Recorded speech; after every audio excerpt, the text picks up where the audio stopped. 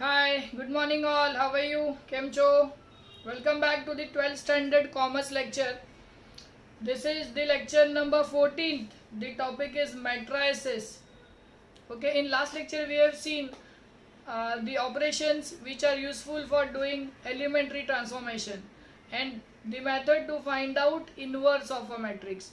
Now moving ahead with the topic, we have to find out inverse. To find inverse of a matrix we have two methods. First we have seen the inverse by elementary row or column transformation. By elementary row or column transformation. For that we are using the formula A into A inverse is equal to I. Okay ये हम लोग ने last lecture में देखा था. Now what are the steps to follow. Steps to follow, steps लिख लो. फिर मैं जब सम करेंगे तब इसका हम लोग एक्सप्लेनेशन भी देखेंगे किस तरीके से होगा. A into A inverse is equal to I. Now we have to convert this A into I. Convert A to I by following steps. Getting it? Now step number 1. So for example, let us say A first, this is first element A11, A12, A21 and A22. This is our A. Convert A11 to 0, A11 to 1, sorry, A11 to 1, then A21 to 0, then A22 to 1 and A12. Remember the steps. पहले ये 1 लाने का, देखो ये 1 लाने का, उसके बाद ये 1 लाने का, इसके बाद ये 0 हो जाएगा. फिर ये 1 लाने का, ये 1 लाने का और फिर ये 0. इस तरीके से जाएगा 1 0 1 0 बाय सुटेबल रो या कॉलम ट्रांसफॉर्मेशन. जो क्वेश्चन में दिया होगा आपको बोला है इनवर्स फाइंड करो बाय रो ट्रांसफॉर्मेशन, तो रो यूज करना है. आपको बोला है भाई सुटेबल कॉलम ट्रांसफॉर्मेशन, तो कॉलम यूज करना है. रो मतलब इस तरीके से जाएगा हॉरिजॉन्टल, कॉलम मतलब वर्टिकल जाएगा. रो में सिर्फ रो का ही यूज होगा, कॉलम में सिर्फ कॉलम का ही यूज होगा. कुछ बोला नहीं होगा, आप कोई भी मेथड यूज कर सकते हो.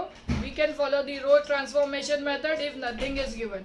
उसने बोला सुटेबल एलिमेंट्री ट्रांसफॉर्मेशन मेथड बोला है, you can use row transformation because row वाला ज्यादा बेटर और इजी होता है इंस्टेड ऑफ कॉलम. कॉलम भी इजी है बट ज्यादातर हम लोग रो यूज करते हैं. ओके क्या आएगा, पहला एलिमेंट ये 1, फिर ये 0, फिर ये 1 और ये फिर 0. ये हो गया 2/2 के लिए. सर अगर 3/3 होगा तो क्या होगा.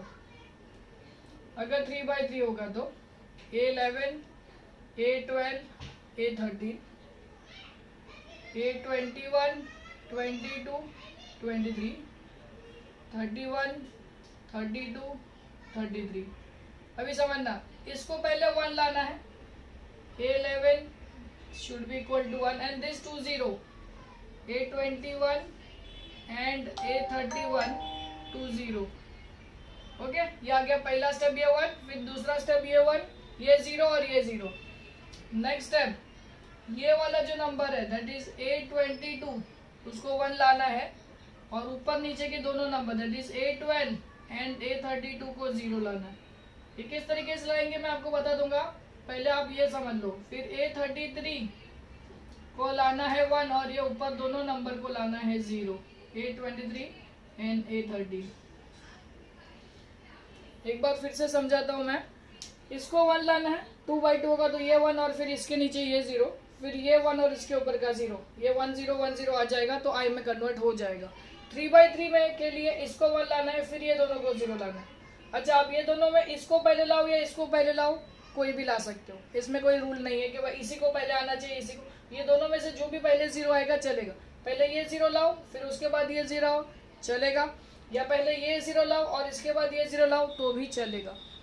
ये दोनों में से कोई भी 0 ला सकते हो. सिमिलरली पहले इसको 1 लाना कंपलसरी है, फिर ये दोनों में से किसी को भी 0 टर्न बाय टर्न ला सकते हो.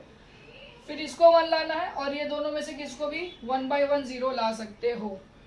These are the steps to follow for elementary row or column transformation. Okay, write it down, write it down, write it down. write it down. Okay, write it down. Okay, next method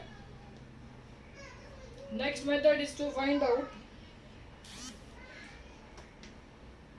inverse by adjoint method. Inverse by adjoint method. Number B, by adjoint method. So we have the formula A inverse is equal to 1 upon determinant of A into adjoint of A. Question में बोला होगा inverse find करो bye adjoint method, तो आपको ये method use करना है. उसमें आपको पहले फाइंड करना है determinant of A. Steps, first find out mod of A, बराबर it should be equals to non zero, zero नहीं आना चाहिए. दूसरा फाइंड आउट एडजॉइन. एडजॉइन के लिए पहले माइनर निकालो, फाइंड आउट माइनर. फिर next is find out cofactor. फिर next is find matrix of cofactor. याद है क्या लास्ट प्रीवियस एक्सरसाइज में क्या हुआ है? मैट्रिक्स ऑफ कोफैक्टर निकालने के बाद, मैट्रिक्स ऑफ कोफैक्टर निकालने के बाद find out adjoint of A. In last step, substitute in formula of A inverse. This is comparatively easy. Adjoint method से inverse निकालना is comparatively easy than with the elementary transformation method. These are two methods to find out inverse. First is elementary row or column transformation. Second is adjoint method. These two methods are listed and steps to follow भी हम लोग ने clear cut समझ में लिया है. So now we are going to start with exercise number 2.5 जिसमें basic चीज़ें होगी. बराबर पहले कुछ क्वेश्चंस है जिसमें सिर्फ एलिमेंट्री ट्रांसफॉर्मेशन के ऑपरेशंस लेने हैं, जैसे इंटरचेंज हो गया, स्केलर मल्टीप्लिकेशन हो गया, एडिशन हो गया, ये करके देखते हैं. जो ऑलरेडी मैंने लेक्चर नंबर 13 में बताया है कि देयर आर 3 मेथड्स. पहला मेथड है क्या? इंटरचेंजिंग रोज एंड कॉलम, जिसको 2 एरो से हम लोग डिनोट करते हैं. अगर आपको याद नहीं है please go through lecture number 13 then start lecture number 14. And then हमने मल्टीप्लाई किया था scalar multiplication of every elements with a non scalar zero and then we are added the 2 rows और 2 कॉलम्स. ओके, उसके ऊपर हम लोग ने examples भी लिए थे. So without wasting the time we are starting exercise number 2.5. first few questions are easy. सिर्फ हम लोग को यूज करना है जो हमने 13th लेक्चर में सॉल्व किया था. Question number 1, apply the given elementary transformation. Apply the given elementary transformation.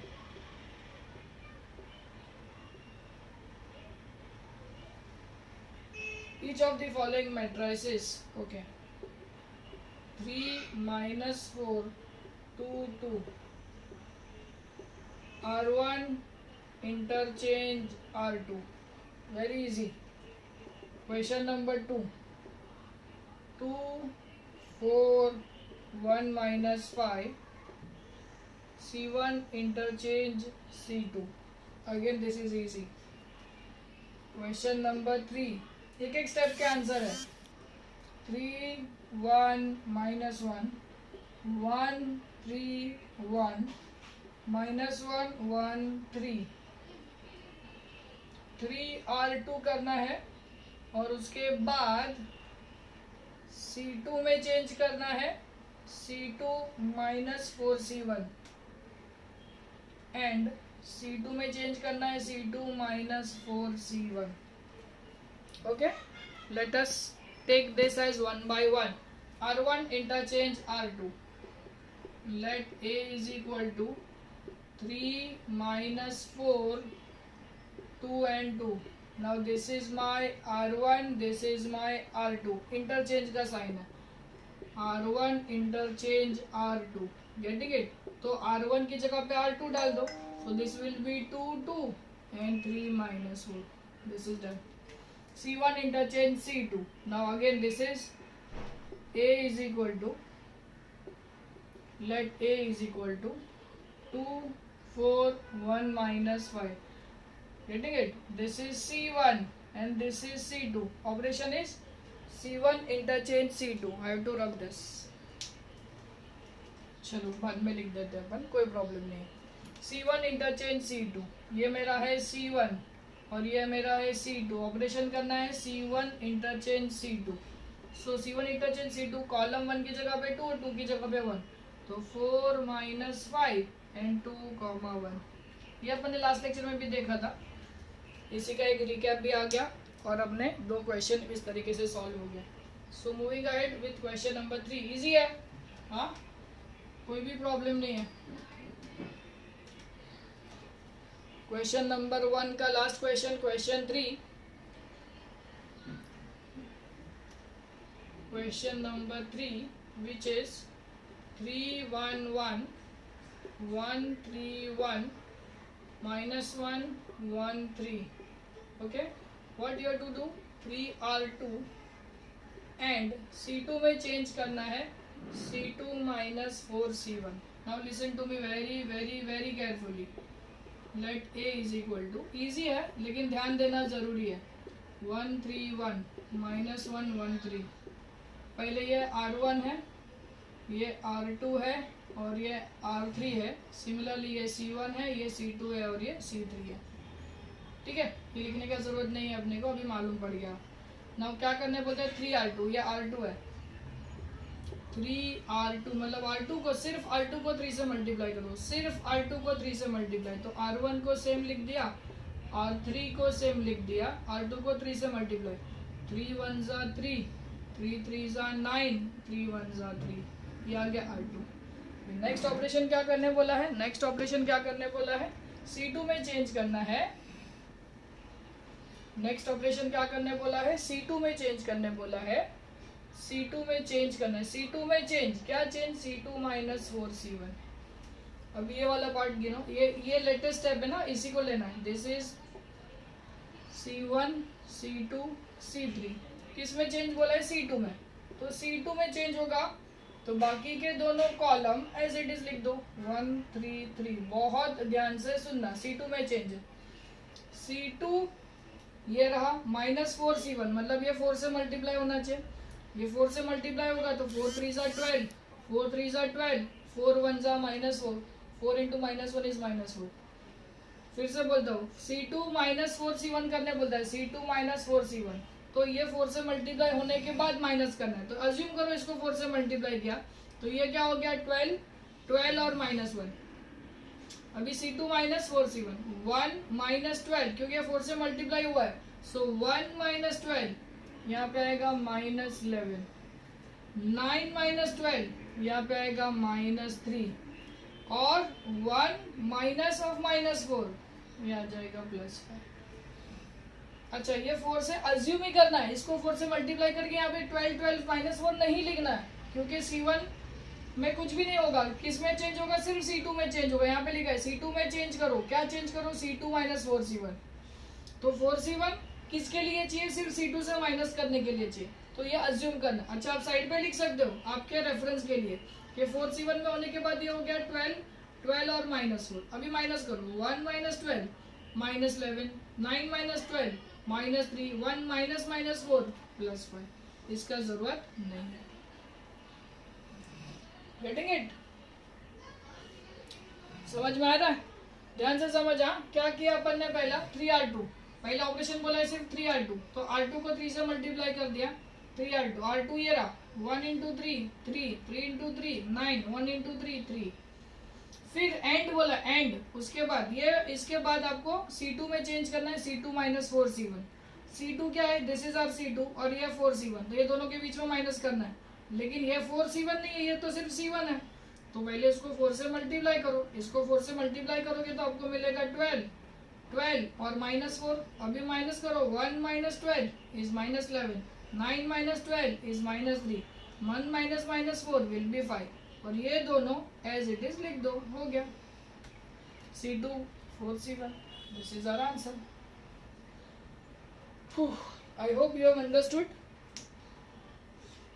I hope you have understood. ये इसी तरीके से अपने को एलिमेंट्री ट्रांसफॉर्मेशन मेथड से निकालना है।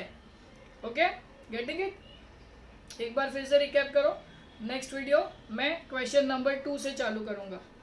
Till then take care, bye bye, see you soon.